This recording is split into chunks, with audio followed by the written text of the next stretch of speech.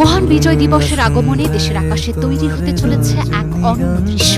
ইতিহাস গড়ার প্রস্তুতিতে ঢাকার আকাশ লাল সবুজে রঙিন হতে চলেছে। এই ঐতিহাসিক দিনে ৫৪ জন সাহসী প্যারাট্রুপার একসঙ্গে বাংলাদেশের জাতীয় পতাকা হাতে ২৬ নতুন বিশ্ব রেকর্ড স্থাপন করতে যাচ্ছেন। এই সাহসী দলে নেতৃত্ব দেবেন বাংলাদেশের বিনিয়োগ উন্নয়ন কর্তৃপক্ষ নির্বাহী চেয়ারম্যান এবং দেশের প্রসিদ্ধ স্কাই ডাইভার আশিক চৌধুরী। তবে এই জামটি কেবল সাহসিকতার জন্য নয়, এটি আলোচনায় এসেছে একটি অনন্য সংযোগের কারণে। কি সেই কারণ? মহান বিজয় দিবসের প্রাক্কালে যখন পুরো দেশ লাল সবুজে রঙিন হতে চলেছে, তখন এক জুলাই বিপ্লবের যোদ্ধা হাসপাতালের বিছানায় মৃত্যুর সঙ্গে পাঞ্জা লড়ছেন। তিনি ইনকিলাব মঞ্চের মুখপাত্র, ঢাকা ৮ আসনের সম্ভাব্য স্বতন্ত্র প্রার্থী শরীফ ওসমান হাদী। তার প্রতি এক নীরব শ্রদ্ধাঞ্জলি জানাতে আকাশে উড়বেন দেশের প্রসিদ্ধ স্কাই ডাইভার আশিক চৌধুরী।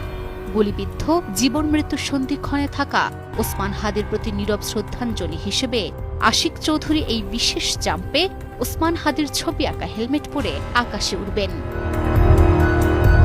এই প্রসঙ্গে প্রধান উপদেষ্টা প্রেস উইং জানিয়েছে, ১৬ই ডিসেম্বর মহান বিজয় দিবসে ৫৪ জন প্যারাট্রুপার বাংলাদেশের পতাকা নিয়ে বিশ্ব রেকর্ড করতে যাচ্ছেন।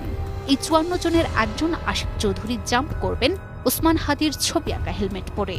বিজয়ের দিনে স্বাধীনতা ও সার্বভৌমত্বের ভ্যানগার্ড ওসমান হাদীর দ্রুত আরোগ্য কামনায় সকলকে দোয়া ও প্রার্থনার আহ্বান জানাই।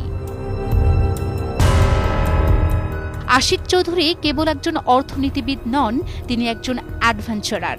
গত বছরের জুলাই মাসে তিনি গিনেস ওয়ার্ল্ড রেকর্ড স্থাপন করেছেন।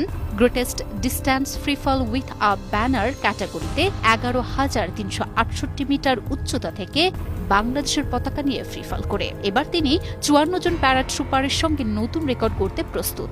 মোনালিসা হেভি ফ্লো ১৫ পিস প্যাকেটের সাথে ৮ পিসের একটি প্যাকেট একদম ফ্রি। টিম বাংলাদেশ নামের এই দলটি পুরাতন তেজগাঁও বিমানবন্দর থেকে সকাল ১১:৪০ জাম্প করবে। এই অনুষ্ঠানে সেনাবাহিনী, নৌবাহিনী এবং বিমান বাহিনীর ফ্লাই পাস্টও থাকবে। কিন্তু এই উড়ানের পেছনে রয়েছে একটি গভীর আবেগ। আশিক চৌধুরীর হেলমেটে আঁকা থাকবে ওসমান হাদীর ছবি, যিনি ইনকিলাব মঞ্চের মুখপাত্র এবং ঢাকা ৮ আসনের সম্ভাব্য স্বতন্ত্র প্রার্থী। ওসমান হাদী জুলাইয়ের একজন প্রথম সারির নেতা, কিন্তু দুর্ভাগ্যজনকভাবে গত ১২ই ডিসেম্বর ঢাকায় প্রচারণার সময় ২ মোটরসাইকেল আরোহী তাকে গুলি করে আহত করেছে। এখন তিনি এভারকেয়ার হাসপাতালে ক্রিটিক্যাল অবস্থায় চিকিৎসাধীন। দেশের মানুষ তার দ্রুত সুস্থতার জন্য প্রার্থনা করছেন। এই আবেগঘন পরিস্থিতিতেই আশিক চৌধুরী নিজের আকাশ লাফকে রূপ দিতে চলেছেন একটি নীরব শ্রদ্ধাঞ্জলিতে। এটি শুধু একটি বিশ্ব রেকর্ডের প্রচেষ্টা নয়, বরং এটি গভীর ব্যক্তিগত এবং জাতীয় শ্রদ্ধা।